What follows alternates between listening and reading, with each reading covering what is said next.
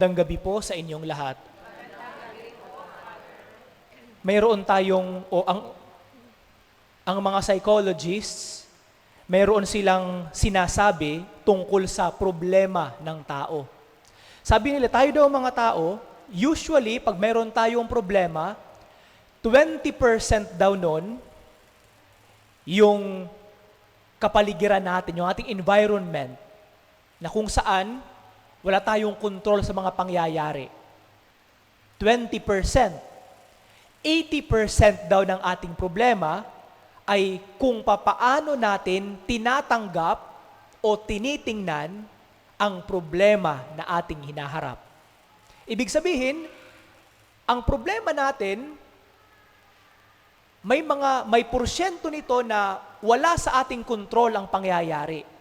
Pero kahit walang kontrol natin ng isang pangyayari, kung papaano natin tinatanggap ang isang sitwasyon, how we perceive it, positively or negatively, yun po ang nagdudulot ng malaking problema sa atin, na nagdudulot sa atin para tumaas ang ating presyon, magkaroon ng sakit tayo, o di kaya ay maging maayos, maging maaliwalas ang ating buhay.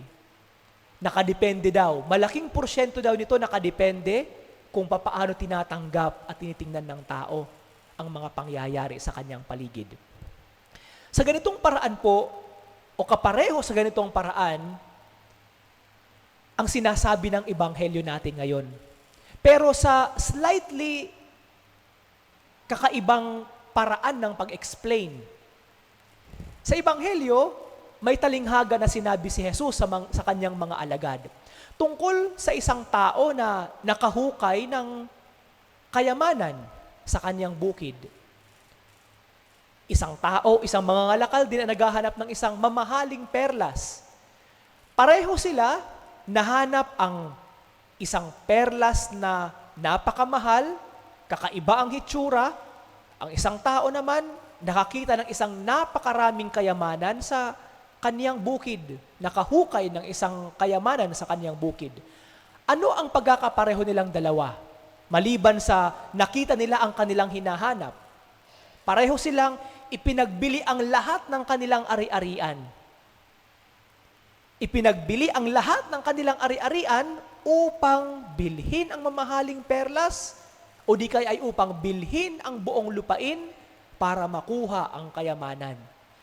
Now, hindi ibig sabihin na yung parehong tao hindi marunong makontento sa kanilang buhay. Hindi po yun ang punto ni Jesus. Hindi sinasabi ni Jesus na yung dalawang ito kasi, yung isa, hindi marunong makontento sa kayamanan na mayroon siya. Kaya nga, nung nakita niya yung kayamanan na iyon, binili niya yung buong lupain para mapasakan niya yung kayamanan. O di kaya yung mga ngalakal, nakakita ng isang mamahaling perlas, iniwanan ang lahat ng mga ari-arian niya, lahat ng kanyang mga perlas upang bilhin ang iisang perlas. Hindi po ganon. Hindi po ganon. Para kay Jesus, ang ibig niyang sabihin na para sa ating mga tao, ang lahat ng ating ari-arian na ang tingin natin ay napakahalaga, kung marirealize lang natin ang lalim ng halaga ng pagkakakilala sa Diyos, sa Kanyang kaharian, at sa mga bagay na Kanyang ibinibigay sa atin, sabi ni Jesus, iiwanan natin ang lahat. Iiwanan natin ang lahat, maging yung mga bagay na ang tingin natin ay importante para sa atin. Maging yung mga bagay na ang tingin natin ay essential para sa atin.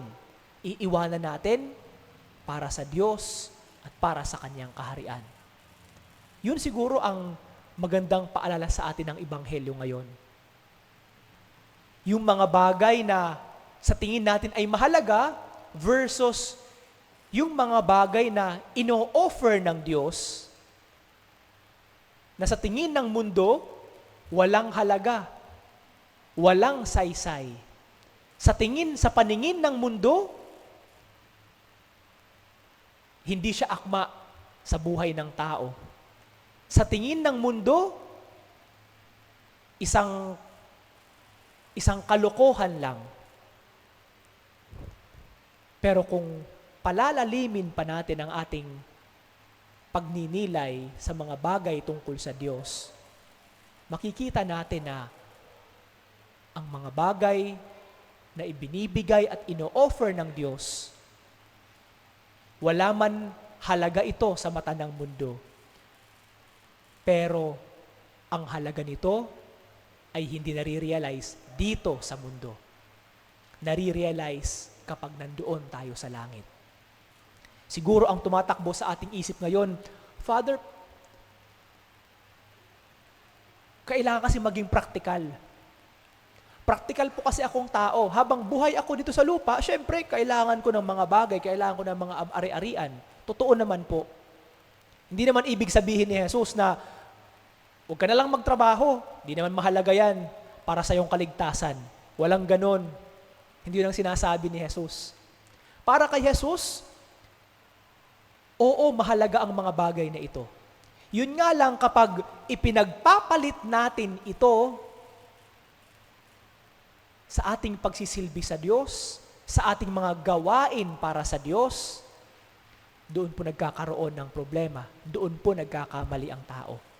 Kapag mas inuunan niyang bigyan ng halaga yung mga bagay na mahalaga para sa mundo, doon po nagkakaproblema ang tao. Doon po nagkakaproblema ang tao.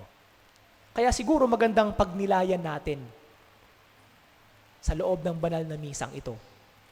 Ano yung mga bagay sa iyong buhay ngayon na mahalaga? Ano yung mga bagay na mahalaga para sa iyo? Ang pinakamadaling sagot, ang aking mga ari-arian, ang aking pamilya, mahalaga ang ating pamilya. Ang aking trabaho, of course. Hindi pwede na wala akong trabaho. Pero kapag ito ay hinahambing na o nagkakaroon ng conflict sa mga bagay na ating ginagawa para sa Diyos, alin po ang ating pinipili? Alin po ang ating pinipili? Alin ang mas mabigat para sa atin? Alin ang mas pinapahalagahan natin?